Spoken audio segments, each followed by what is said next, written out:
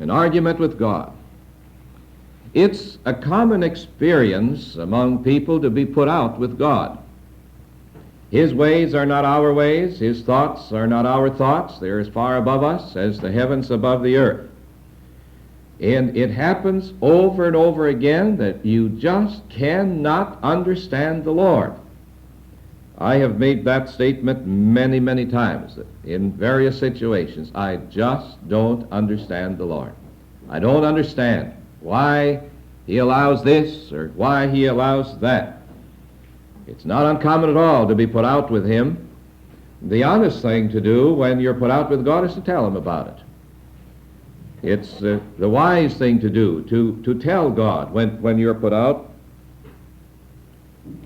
When you don't agree with something that He is doing, it's wiser to tell Him than to make some pretense about it. Here we find Job telling God just exactly how he felt. He starts out first with a little introduction, getting himself sort of prepared for what he's going to say to God. He starts out by declaring his disgust with the life that he has. I loathe my life. I just hate my life, the way that I have it. So he declares that he is going to remove all the restraints. He's going to pull out all the stops, and he's going to tell God fully and exactly, just exactly how it is.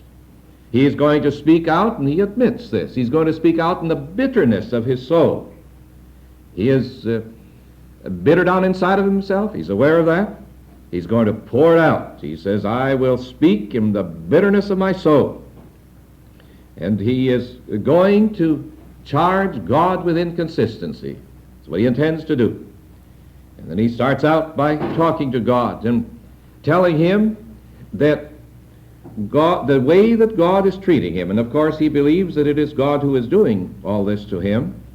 He starts out by declaring that the way that God is treating him does not coincide with Job's idea of God's character.